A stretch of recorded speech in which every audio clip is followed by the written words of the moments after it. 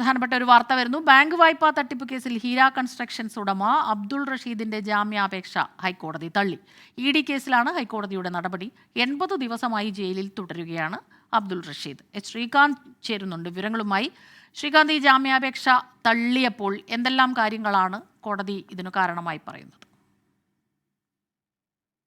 80 ദിവസമായി ജയിലിൽ തുടരുകയാണ് ഹീര കൺസ്ട്രക്ഷൻസ് ഉടമ അബ്ദുൾ റഷീദ്. അതിൽ അദ്ദേഹം ജാമ്യാപേക്ഷ സമർപ്പിച്ചിരുന്നു. പക്ഷേ അതിനെ അതിശക്തമായി എൻഫോഴ്സ്മെന്റ് ഡയറക്ടറേറ്റിന് വേണ്ടി ഹാജരായ അഭിഭാഷകൻ അഡ്വക്കേറ്റ് ജയശങ്കർ വി നായർ എതിർത്തു.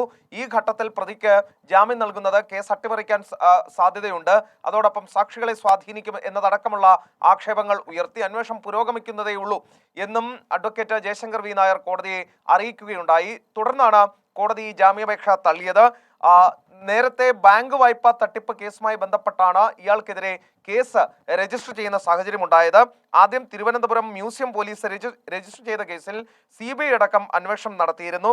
നിരവധി ആളുകൾക്ക് ഫ്ളാറ്റ് നിർമ്മിച്ച് വിറ്റ് കിട്ടിയ പണം വായ്പ തിരിച്ചടയ്ക്കാതെ മറ്റാവശ്യങ്ങൾക്ക് ചിലവഴിച്ചു എന്നതായിരുന്നു ഇയാൾക്കെതിരായ കണ്ടെത്തൽ കേസ്.